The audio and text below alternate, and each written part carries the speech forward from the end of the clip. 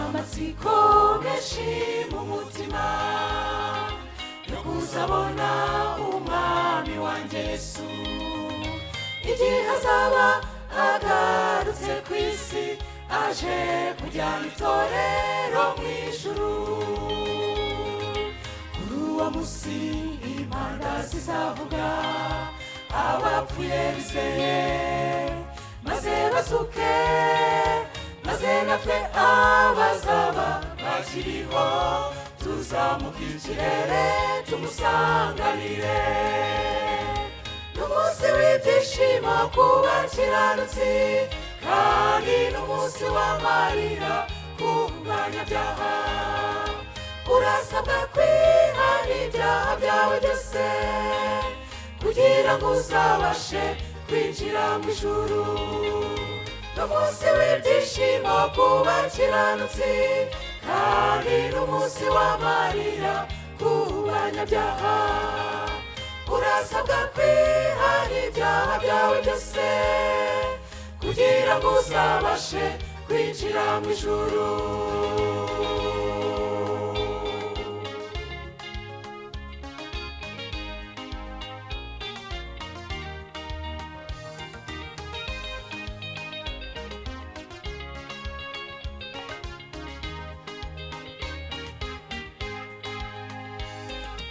Icyo gihe imibabaro izashira, icyaha na Satani bizakurwaho, urupfu narwo ruzibagirana, hazaba umunezero iteka.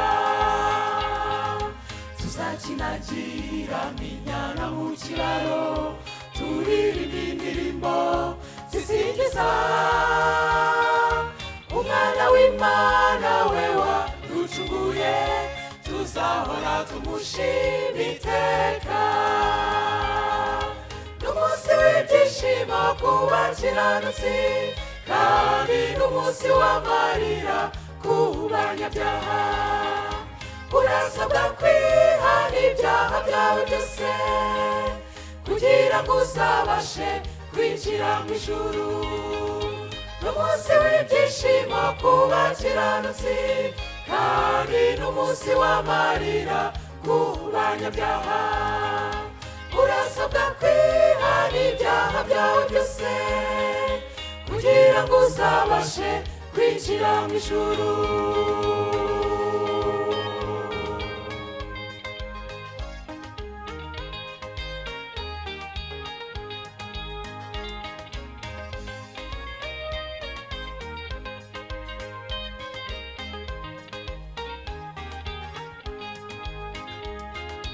Ibigitinze kuko ibimenyetso birerekana yuko ari bugufi, tumutegereze twe gucika intege, nibwo tuzagororerwa ikamba.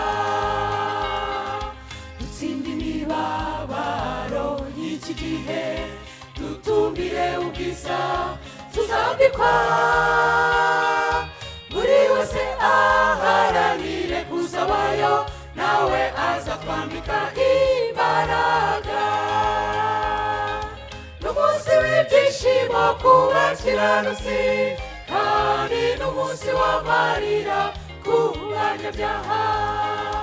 Urasabwa kwihana ibyaha byawe byose kugira ngo uzabashe kwinjira mu ijuru. N'umunsi w'ibyishimo ku bakiranutsi kandi n'umunsi w'amarira ku banyabyaha. Urasabwa kwihana ibyaha byawe byose kugira ngo uzabashe kwinjira mu ijuru. Urasabwa kwihana ibyaha byawe byose kugira ngo uzabashe kwinjira mu ijuru. Urasabwa kwihana ibyaha byawe byose kugira ngo uzabashe kwinjira mu ijuru.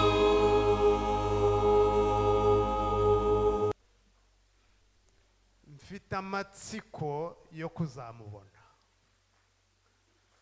J'ai la curiosité de revoir iyi ni imwe mu ndirimbo nkunda cyane zinkora ku mutima za korali La Voix de la Dernière Trompette. C'est l'une des chansons que j'aime bien de la voix de la dernière trompette. Hamwe n'indirimbo yindi ahari yaba ari nk'ikirangantego cyabo. Il y a aussi notre chant qui est commandé d'hymne. Ivuga ngo iki bwana Ezra? Et c'est quoi votre hymne, Esdras? Ivuga ngo iki?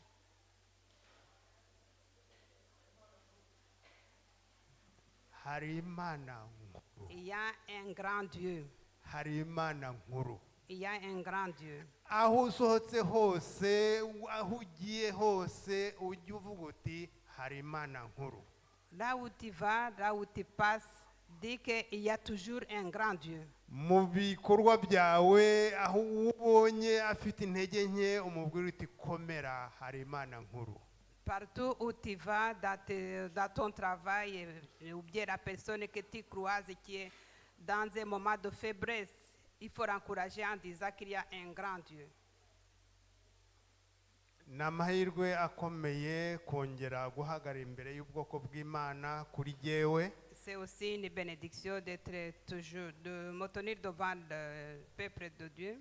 Kugira ngo twongere dusangire iby'umwuka muri iki gihe gitoya gisigaye ngo dusanganire umwami wacu. Et afin que nous puissions partager la parole de Dieu dans ce moment, et surtout dans ce peu de temps qui nous reste avant d'accueillir le retour de Jésus. Buri wese afite amatsiko. Chacun a sa curiosité. Ariko njyewe hari amatsiko amwe ntegereje. Moi, j'ai certaines curiosités que j'attends ardemment. Umunsi nzajya gushyingura urupfu. Le jour où j'irai dire au revoir à la mort. Umunsi nzajya gushyingura nyamunsi. Le jour où la mort n'existera plus. Uwo munsi buri wese azagenda yishimye. Et ce jour-là, tout le monde, chacun de nous ou des amis, nous serons tous contents que la mort n'est plus. Avuga ati warupfuwe urubori rwawe ruri hehe. Et on va dire, toi la mort, où est ta puissance? Urubori rwawe ruri hehe. Où est ta puissance? Mfite amatsiko y'uwo munsi. J'ai la curiosité de ce jour.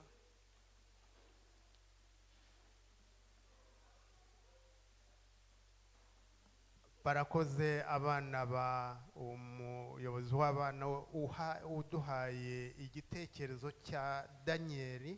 Merci aussi à la monitrice des enfants qui a donné l'histoire de Daniel. Kugira ngo natwe tucyumvireho. Afin que nous en avons aussi profité. Kuko kuri Yorodani turimo twambuka. Parce que le Jourdain que nous sommes prêts à traverser, Tugiye guhura n'ibigeragezo nk'ibyo Daniel yahuye nabyo. nous aurons des épreuves comme Daniel a traversé. Kera tukiri abana batoya, Dans le temps quand nous étions des petits enfants, ababyeyi bacu batudodesherezaga imyenda ariko kuri iyo myenda bagashyiraho ubuntu bw'ubudarazo ku musozo bw'amabara. les parents aimaient nous faire confectionner des vêtements et au bout de nos vêtements, ils mettaient comme une sorte de dentelle. Iyo myenda bayitaga ngo ni amadinda. Et on appelait ça des ornements. Sinzi niba abantu bakuze muyibuka, ahari abasore abana bato ntabwo bakiba. Iyo myenda yabaga ngo ni amadinda ifite utuntu tw'utubara tuyitatse. Et je ne sais pas si vous vous rappelez, ceux qui sont avancés en âge, si vous vous rappelez de ces ornements qu'on mettait tout au bord des vêtements. Ndetse no ku maboko ugasanga iriho. Ils mettaient aussi même sur les bordures de manchures. Iyo kuri ngoma aho twari turi buri gihe abana iyo babonaga ndetse n'ababyeyi imyenda yabo yabaga ifite utwo tudinda tugiye dusobekeranyije ku mwenda iyo twabaga tutariho wumvaga uwo mwenda nta bwiza bwawo. Et quand il allait faire confectionner un vêtement qu'on ne mettait pas ces ornements, ça ne faisait pas plaisir de la voir. Iyo myenda yari ifite inkomoko. Et ces vêtements avaient l'origine. Burya hari ibintu dukora ntitwibaze inkomoko yabyo. Il y a des choses que nous faisons, mais nous ne savons pas d'où ça vient. Muri iki gitondo nshaka ko tuganira mu minota 15 gusa sinyirenza. Ce matin, je vais utiliser seulement 15 minutes. Inshunda z'imyenda. Nous allons parler sur les bordures des vêtements, les bords des vêtements. Inshunda z'umwenda. Le bord des vêtements. Ku nshunda z'umwenda. Et ici, ce sera sur la bordure du vêtement. Abadamu hano ntabwo mugikunda gukenyera ariko abadamu bakenyeraga bakagira umwenda hanyuma ukaba ufite umushumi.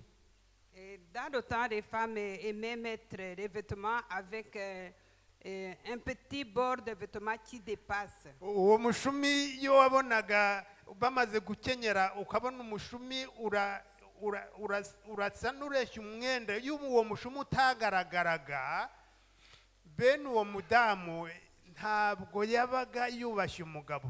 C'était comme si c'était la mode d'avoir ce bordure de vêtements qui pend à côté de façon que chacun le voit, et ça donnait l'honneur à son mari. Ndetse abandi bambaraga imyenda iriya myiza ifite wa mishumi bitaga mbarusha umugabo. Et il y avait même les vêtements qu'on appelait j'ai un homme plus puissant que vous. Nyamara utwo dushumi twari kuri iyo myenda twari dufite inkomoko yatwo. Et ces vêtements, ces morceaux de tissu qui pendaient toujours sur les vêtements, avaient une signification et son origine. Abantu batigeze basobanukirwa. Et les gens ne comprenaient pas d'où venaient ces vêtements ou bien l'origine de ces dentelles qui pendaient sur les vêtements. N'uyu munsi iyo witegereje kuri za uniforme z'abasirikari cyangwa se abantu bakomeye usanga hariho ubwo bushumi. Même aujourd'hui, si on regarde les vêtements des personnes qui sont puissantes comme les militaires, on va trouver aussi ces dentelles ou bien ces ornements qui sont sur les vêtements. Iyo mwitegereje ku myambaro y'abasirikari bakomeye b'abanyacyubahiro uzasanga hariho imishumi y'imidarazo igenda itendera ku myenda yabo. Ils ont toujours ces vêtements avec des ornements qui leur signifient qu'ils sont propres à eux. Yerekana icyubahiro cyabo. Et ça nous montre aussi leur puissance. Nyamara ifite ikomoka batigeze na rimwe basobanukirwa. Mais tout ça, ça d'origine, même s'ils ne comprennent pas. Ntabwo ari iyo mishumi nshaka kuvuga. Mais je ne vais pas dire ces ornements. Ndifuza kuvuga inshunda z'imishumi ushobora gukoraho ukabona ubugingo buhoraho. Je voudrais dire les ornements des vêtements sur lesquels tu peux toucher et avoir une vie éternelle. Reka njyane nawe muri Luka igice cya 8 umurongo wa 43 twatangire turihuta cyane, navuze ko ntarenza iminota myinshi nirenga 15 cyangwa 20 aharaho nirenga 20 muze kumpagarika. On va dans le livre de Luc. Igice cya 8 umurongo wa 43. Luc chapitre 8 verset 43.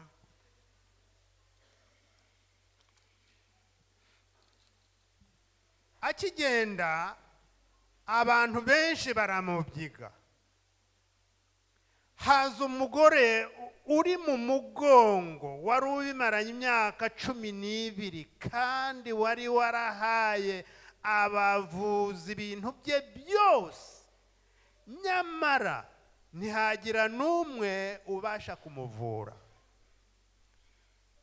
nuko amuturuka inyuma akora ku njunda z'umwenda we, uwo mwanya amaraso arakama.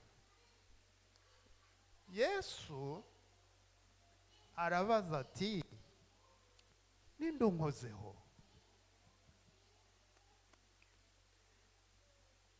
Bose bamaze guhakana,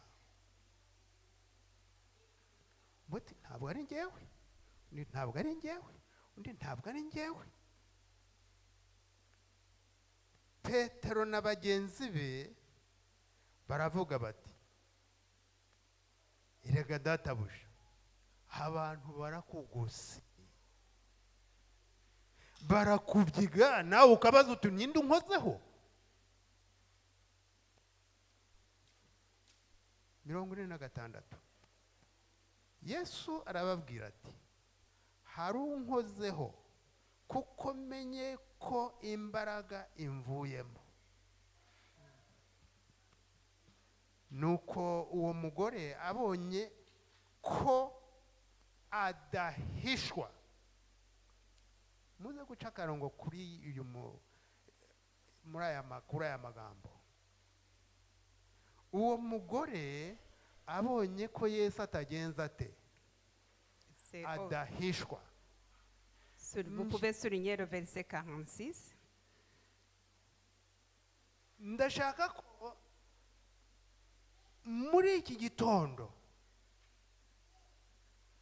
ubwo waje imbere ya Kristo, Je voudrais que ce matin, comme tu es venu devant Jésus-Christ, umenye ko adahishwa, et sachez bien que tu ne peux rien cacher. umenye ko ushobora guhisha umugabo wawe, Sachez bien que tu peux cacher quelque chose à ton mari. umenye ko ushobora guhisha umugore wawe, Tu peux cacher aussi quelque chose à ta femme. umenye ko ushobora guhisha iso na nyoko bakubyaye, Tu peux aussi cacher des choses à tes parents. umenye ko ushobora guhisha mugenzi wawe. Et tu peux aussi cacher des choses à tes amis. Ariko Yesu ntagenza ate, Mais Jésus, tu ne peux rien lui cacher. ntahishwa. Aza ahinda umushyitsi, amwikubita imbere, amubwirira mu maso ya bose icyatumye amukoraho, nuko akize ako kanya. 48. Yesu aramubwira ati, mwana wanjye, kwizera kwawe kuragukijije, genza ute, genda amahoro. Au verset 48, il dit, ma fille, ta foi t'a sauvée, va en paix. Uyu mugore yaramaze imyaka 12 yose asasanya imari ye. Cette femme avait passé 12 ans en mettant de côté tout son argent, toute sa richesse, sa richesse. Iki gitekerezo ngira ngo murakizi, mwaragisomye. Vous connaissez toute cette histoire et tout le monde l'a déjà lu. Ntabwo ari gishyashya mu bwonko bwacu. Et ce n'est pas une histoire nouvelle dans nos cerveaux. Imari ye yari yarayisasanyije, abaganga n'abapfumu yari yaragezeyo. Elle avait essayé de rassembler toute sa richesse pour se faire soigner partout. Mu Kinyarwanda hari gikomeye ngo uhiriwe mu nzu ntawe adapfunda imitwe. Mais comme elle avait vraiment essayé de se faire soigner, elle avait été partout. Ndatekereza ko atararwara yajyaga ajya mu rusengero. Je pense que même avant sa maladie, elle allait dans l'église, dans le temple. Akitegereza imyenda, inshunda z'imyenda abatambyi bambaraga. Elle avait déjà observé, elle avait déjà vu des vêtements que les sacrificateurs portaient. Ndagira ngo kuri tekinike banshyiraho iriya pica. Et je vais demander de projeter l'image d'un sacrificateur. ariho nkomoko ya myenda mwabonye imwe twavuze hirya no hino abantu bakoraga ariko batazi ikivuga. Et c'est l'origine des vêtements dont nous avons parlé, que les gens portaient sans savoir d'où ça vient. Ndatekereza ko yabonaga ari imirimbo idasanzwe nk'uko natwe tujya tubibona iyo abasirikari bari kuri defile. Je pense qu'elle voyait ce vêtement comme tout ce qui est ornementé, tout ce qui décorait ces vêtements comme des décorations. Ndatekereza ko yari yarabonye ababyeyi be bayambaye iyo myenda ntabitindeho. Elle avait vu beaucoup de personnes, et même ses parents, qui portaient les mêmes vêtements, mais ils n'attiraient pas d'attention. Kuko yabonaga byarabaye gasaraba nk'imvugo yabo iyo Parce que presque tout le monde les portait. C'était des vêtements habituels. nyamara iyo myenda yari ifite icyo isobanura. Mais il y avait une signification dans cette tenue. Imyenda y'abatambyi bambaraga yari ifite ubushushanyo bw'ubuturo bwera bwose uko bwakabaye. Ces vêtements présentaient le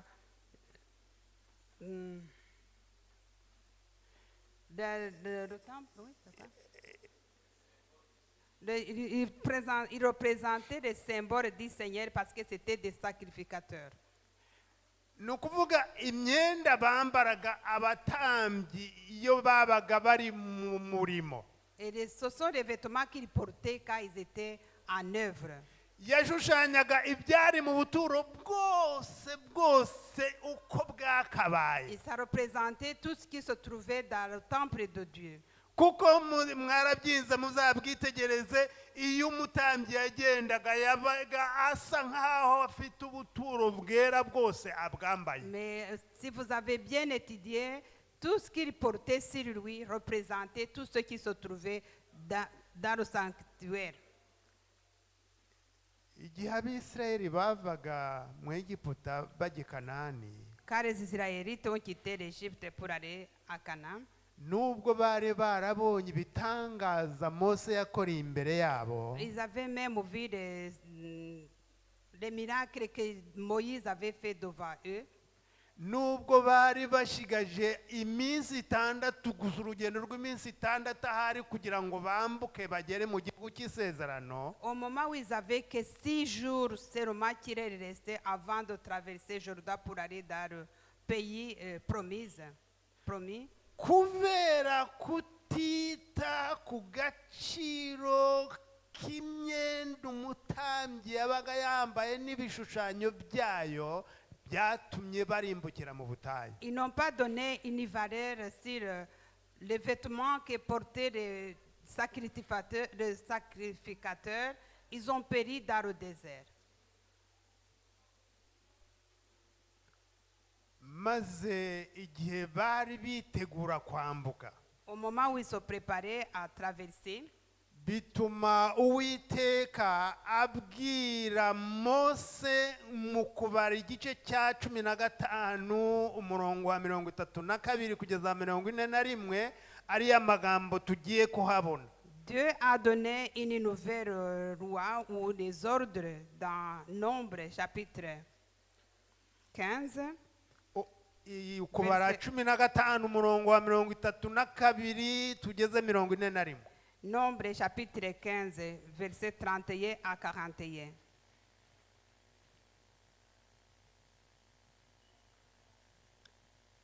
Abisirayeli bakiri mu butayu basanga umuntu atoragura inkwi ku isabato.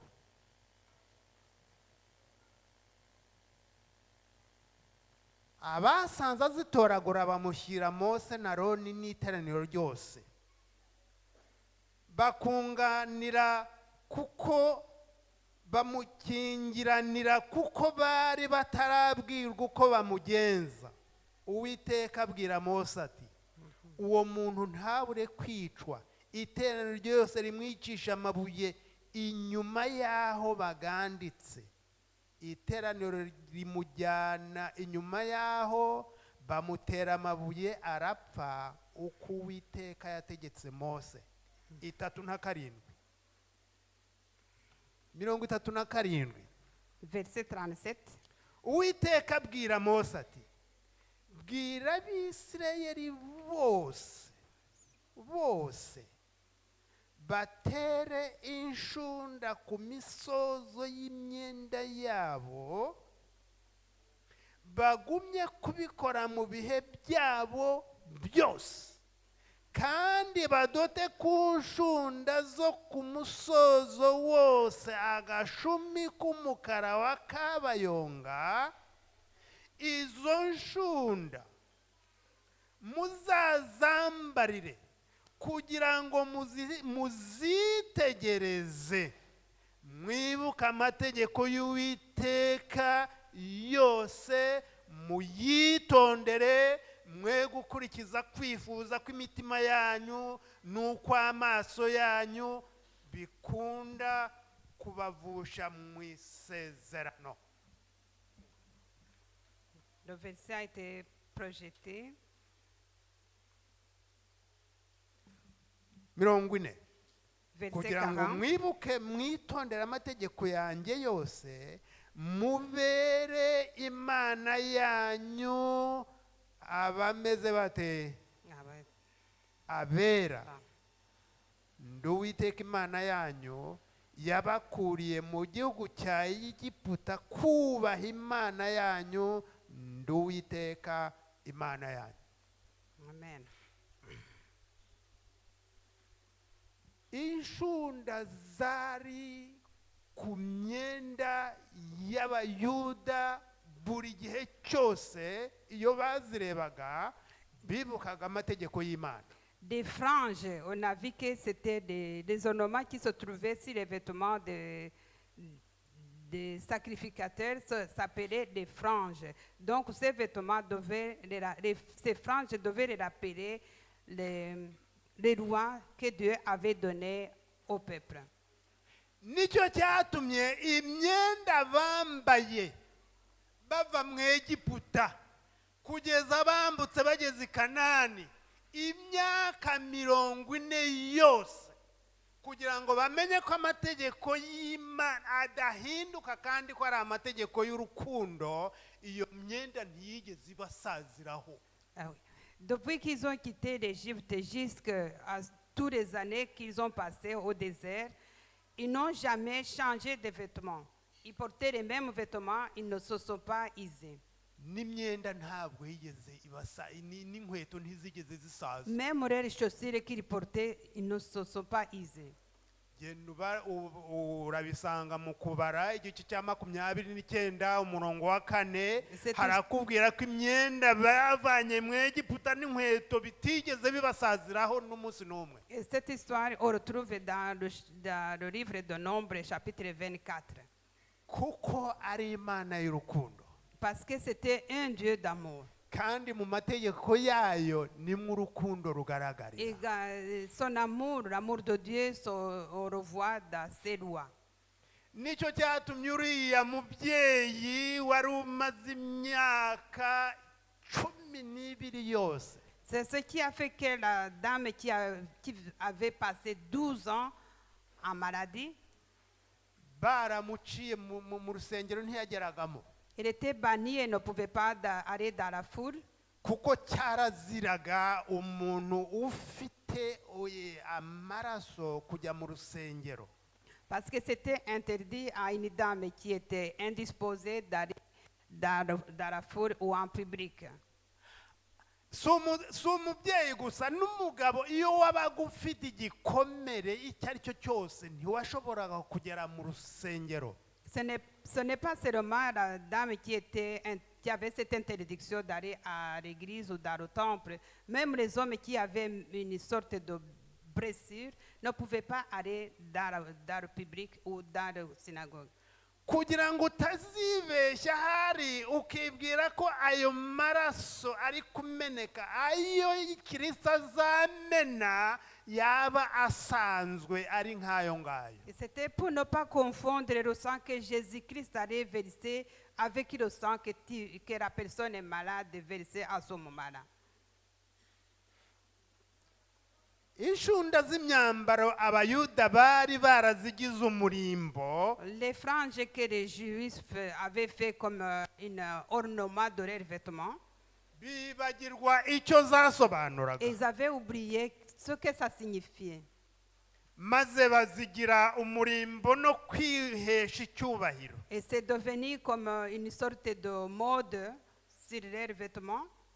nyamara umugore w'umunyabwenge abwirijwe na mwuka wera Mais la femme qui a été guidée, inspirée par le Saint-Esprit, yavumbuye ibyari byarihishe abatambyi elle a vraiment trouvé ce qui était caché, même oublié de tout le monde. abanditsi n'abafarisayo Et tout le monde avait déjà oublié ce que ça signifiait.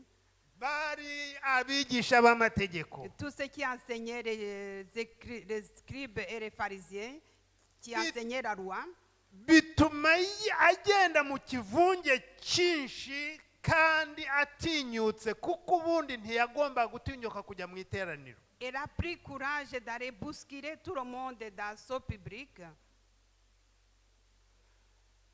même si elle ne devait pas aller, mu mutima we dans son cœur. umwuka yamubwiye amwereka ko urukundo rwa Kristo ruri mu mategeko ye. Et dans son cœur, le Saint-Esprit l'avait bien inspiré que l'amour de Jésus, l'amour de Dieu était dans sa loi. kandi ko amategeko atayashobora igihe Kristo atari kumwe nawe. Elle savait bien qu'elle ne saurait pas porter ou bien comprendre les lois si le Christ n'était pas avec elle. maze mu kwizera Kristo Mais dans la foi en Jésus, no kwemera kugendera mu mategeko ye, et elle a accepté aussi de marcher dans sa loi. kuko Kristo yavuze ati niba munyizera muzemera ibyo nategetse. Et Jésus avait dit, si vous croyez en moi, vous allez aussi croire à ce que j'ai ordonné. yiyemeza kugenda Elle est partie.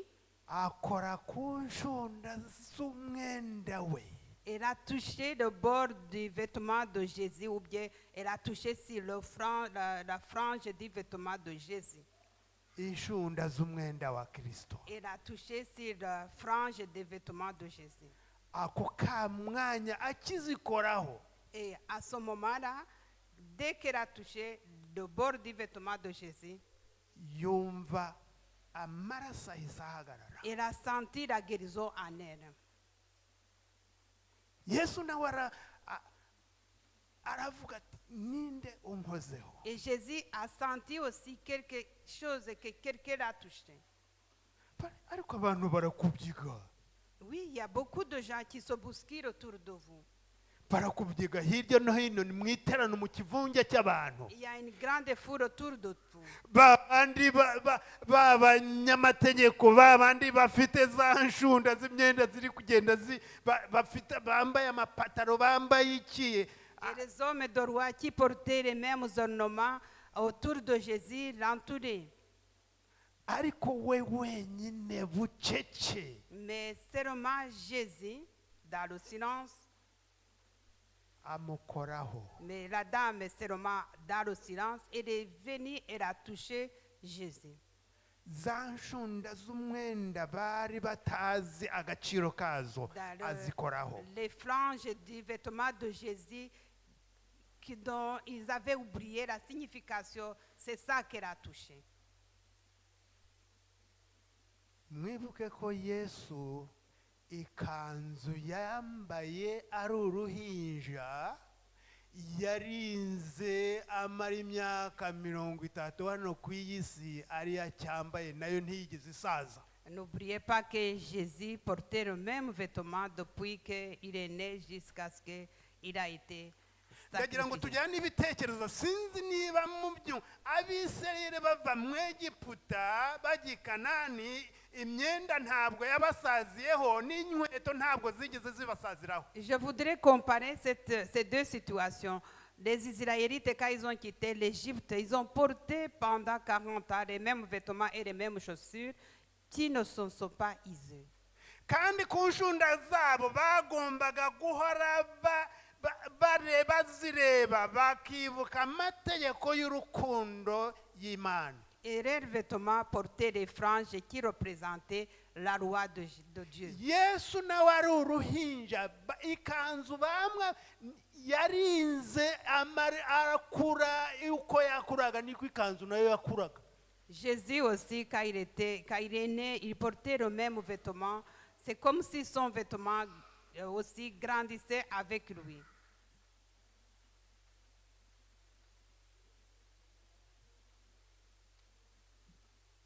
Baranayifindiye Ils ont même tiré au sort kandi byari byarahanuwe. pour cette robe parce que ça a été prédit.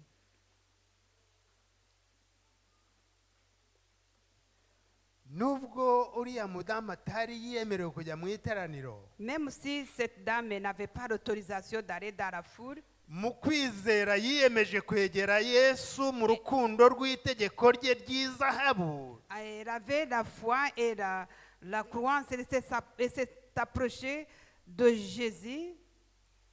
Yizera ushobora kumusohoreza amategeko. Elle savait bien que c'est le Seigneur Jésus qui pouvait honorer ou bien l'aider à honorer cette loi. Akora ku nshunda ze ahita akira. Et elle a touché sur le bord de son vêtement et elle a guéri. Uyu munsi ko waje mu rusengero urataha ukize. Et aujourd'hui, on est ici. Est-ce qu'on va l'entrer guéri? Bite kuri wowe, C'est comment pour toi? bite kuri jyewe. Et pour moi, comment je me porte?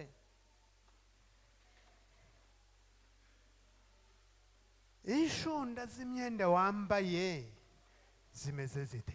Les franges des vêtements que tu portes, ils sont comment?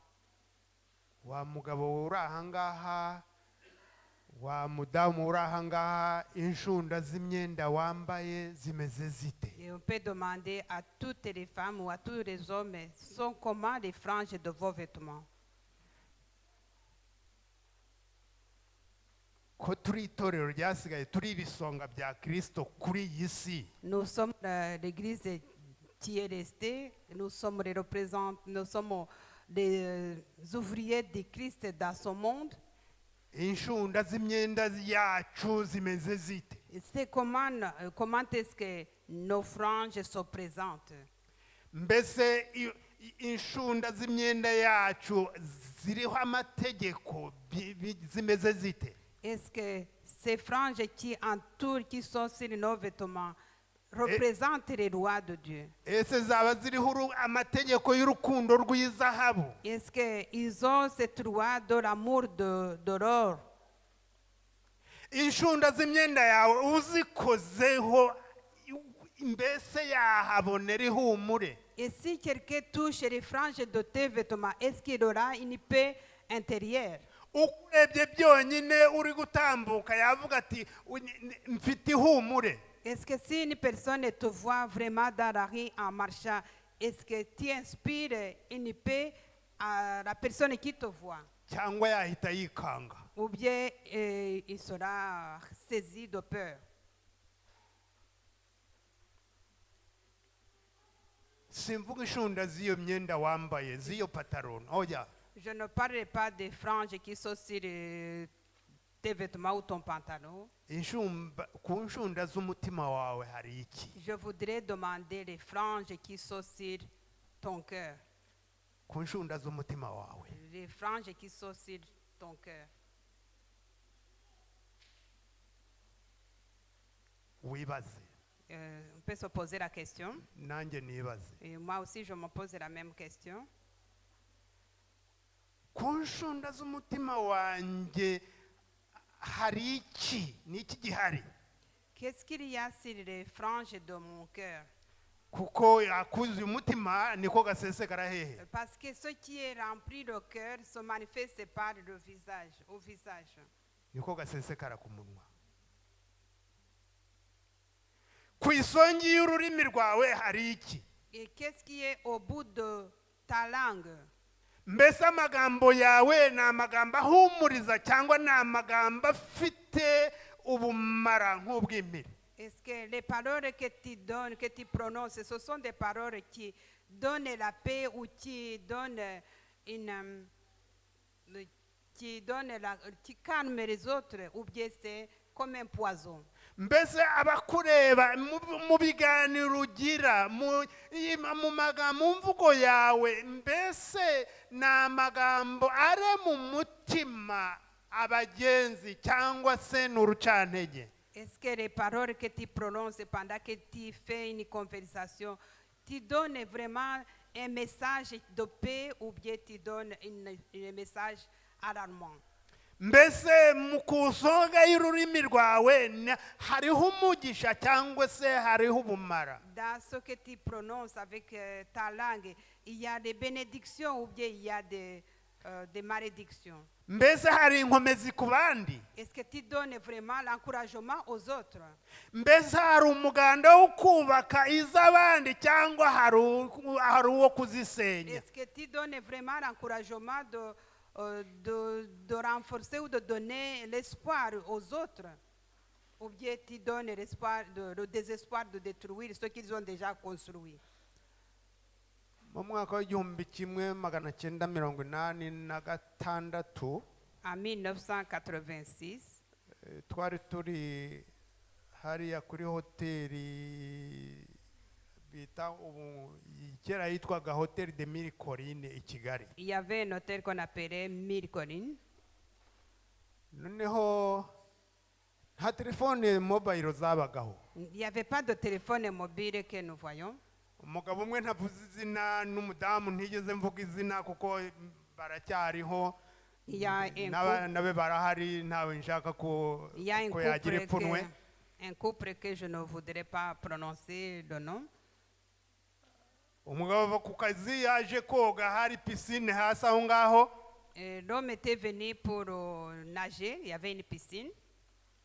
Ahasanga undi mudamu mugenzi we bakoranaga baziranye ariko bitari badafitanye n'ubushuti. Il a trouvé une autre femme qui était venue aussi pour la natation, mais ils se connaissaient, mais ils Mudamu n'avaient pas. yariho nawe yoga n'umugabo yari hafi aho yicaye hafi aho ngaho. La dame aussi était venue pour la natation. Umugabo yaravuye ku kazi hari nimugoroba ku gicamunsi akuremo imyenda aroga ajya mu mazi. Et l'homme s'est déshabillé, il est allé nager. Hava hari undi umugore araza afata telefone atira telefone telefona mugenzi wa mugabo. Notre femme a pris le téléphone, il a téléphoné la femme du monsieur qui était dans l'eau. Alo, Il dit, allô, amakuru ki? comment tu vas? Yewe netwanawe uzi umugabo wawe arimo ndi kubona nari koga na nyirakanaka bakibira bagatindamo. Alors, il annonce au téléphone en disant, ah, tu sais que ton mari, il est dans la piscine avec une autre femme.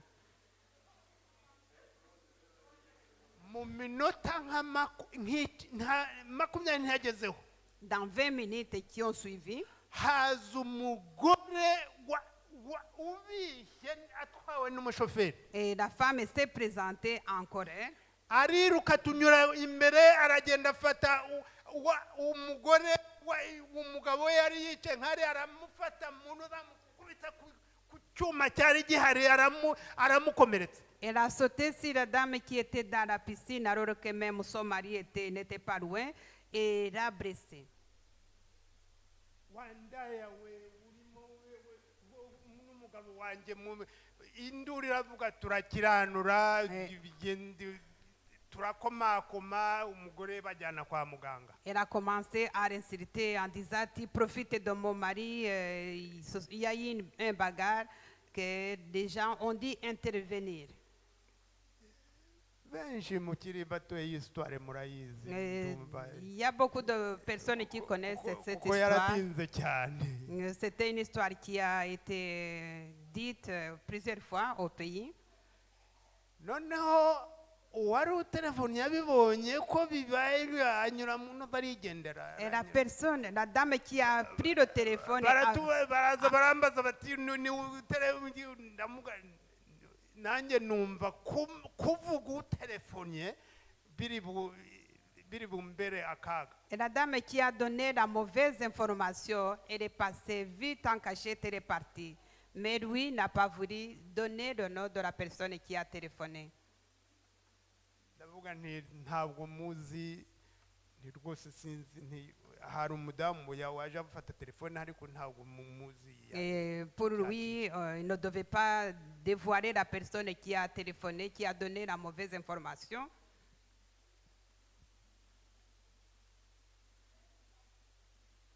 Umugabo we Et le mari, yahise amwohereza iwabo, il l'a envoyé chez ses parents, yahamaze imyaka igera kuri 2. et où elle a passé 2 ans. Ababyeyi be barongera bijya mu miryango bakora uko bashoboye kugira ngo basubirane, birananirana. Et la famille a essayé de remettre, de recomposer la famille, mais ça n'a pas fonctionné. Kuko yari yakoze igisebo Parce qu'elle avait mal fait. ku mugore w'umuntu ukomeye kandi batanafitanye yewe batanigeze batanaziranye. Elle avait sali l'autre dame qu'elle ne connaissait même pas, qui n'avait rien à voir avec la mauvaise information qu'elle a reçue.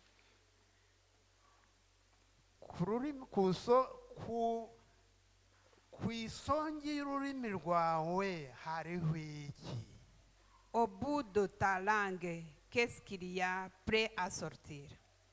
Turavuga tukavuga n'ibyo tutagombaga kuvuga. Nous parlons et nous disons même des choses qui ne sont pas prêtes, qui ne devaient pas être dites. Turavuga tukavugishwa. Et on parle beaucoup, on dit beaucoup de choses qui n'ont pas de signification. Turavuga tugatanga ubumara bubi tugasenya. Et nous parlons souvent et nos langues détruisent. Aho kugira ngo tubera abantu umugisha tukababera igihombo. Et au lieu d'être des personnes qui donnent la bénédiction, nous sommes des gens qui sont là pour provoquer les pertes. Ku ntwetwe z'ibirenge zawe, Et sur nos chaussures, ku ntwetwe z'ibiganza byawe hariho iki? et sur nos mains, il y a quoi? Ku gasongero k'ubwonko bwawe hirya hariho iki? Et dans nos cerveaux, dans un endroit caché ou bien visible, qu'est-ce qu'il y a? Muri iki gihe giheruka twenda kwambuka Yorodani, Dans ces derniers jours où nous sommes prêts à traverser le Jourdain, wibaze ibyo bintu. pose-toi cette question. Wibaze uko umeze. Pose-toi la question de comment tu es, comment tu te présentes, Wibaze uko uhagaze. comment tu te tiens. Wibaze niba urema abandi, niba amakuru ufite ari ay'ijuru. Et demande-toi si tu es là pour conforter les autres ou bien si tu as les bonnes nouvelles du ciel à annoncer. Izi telefone Nos téléphones zizakora ibara sont prêts, cyangwa zihesha abandi umugisha. soit ça peut détruire ou donner, nous aider à bénir les autres. Ibiganiro tugira, indirimbo turirimba, De nos conversations ou les chansons que nous entonnons. turi mu bihe umwanzi Satani yashyize imitego hirya no hino. Satan a mis beaucoup de pièges à gauche et à droite. Reka duheshe abandi umugisha. Et nous devons être des hommes qui donnent la bénédiction aux autres, des sources de bénédiction pour les autres, reka tube bambasaderi b'ukuri, et que nous soyons des vrais ambassadeurs, reka duhagarare mu byimbo byacu, et que nous chacun se tienne de son côté. reka ukoze ku myenda yacu Et si quelqu'un touche nos vêtements ugeze iwacu ahabonera amahoro, et que la personne arrive chez nous, il trouve la paix. reka tugire inama zubaka Et zidasenya. que nous soyons des personnes qui sont prêtes à donner des bons conseils constructifs. Abafilipi igice cya kabiri umurongo wa 5. Philippiens chapitre 2 verset 5.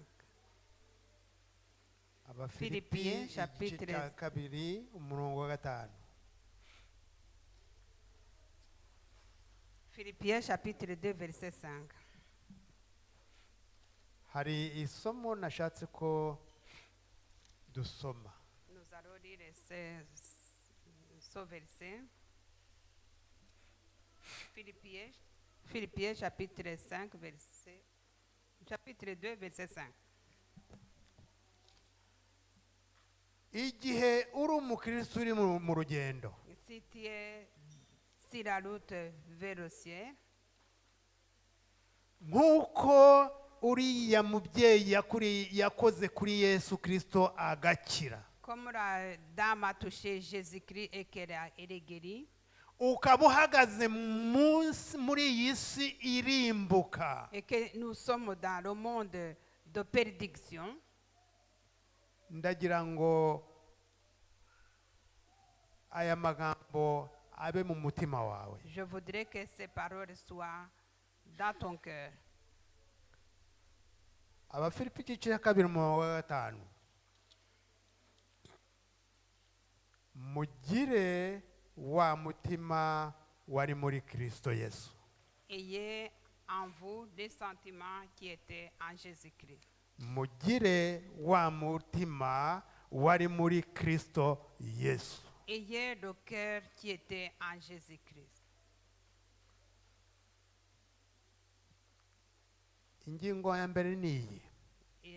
Premier sujet, c'est ça. Niba ushaka kuzagera kuri uriya munsi ukagira amatsiko y'igihe Kristo azaba agarutse ku bicu, Si tu veux arriver à ce jour où Jésus va se présenter sur les nuages, ukaba mu bazamusanganira, et que tu veux être parmi ceux qui vont l'accueillir, rimwe euh, euh, ugire wa mutima wari muri Kristo Yesu. tu es appelé à avoir le cœur qui était en Jésus-Christ.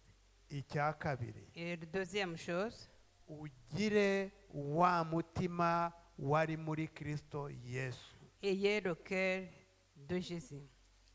Ingingo ya gatatu, Le troisième, ugire wa mutima wari muri Kristo Yesu. ayez le cœur qui est comme celui de Jésus. Uwiteka aguha umugisha. Que Dieu te bénisse. Amen. Mana nziza, mubyeyi w'impuhwe n'urukundo, amategeko yawe wayakuye ku nshunda z'imyenda y'abayuda uyandika ku nshunda z'imitima yacu. Uturinde gupfusha ubusa iyo mpano waduhaye, ahubwo reka tukwegere tugukoreho kandi twe kukurekura, kuko tukurekuye twatemba.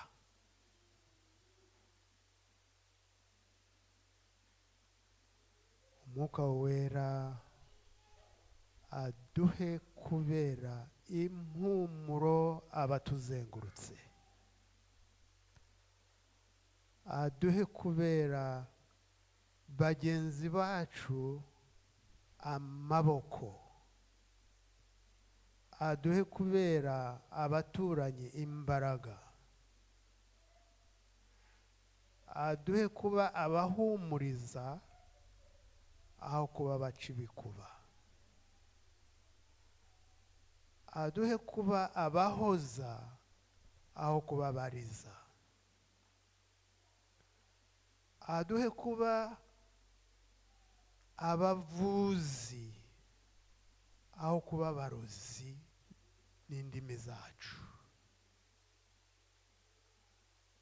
Nibwo tuzashobora kuba ba ambasaderi b'ukuri, nibwo tuzashobora kumurika muri iyi si y'umwijima, nibwo tuzashobora kwambuka Yorodani turi imbere. Abana bawe tugiye gushinguka hano, reka tugendane n'umugisha wawe nk'uko uriya mubyeyi yatashye isoko y'amaraso yanukaga ikamye, ahubwo akajyana impumuro nziza iva kuri wowe. Abana bawe reka tugendane n'iyo mpumuro yawe kandi tuyisakaze hose, mu izina ryiza rya Yesu Kristo umucunguzi wacu, amen.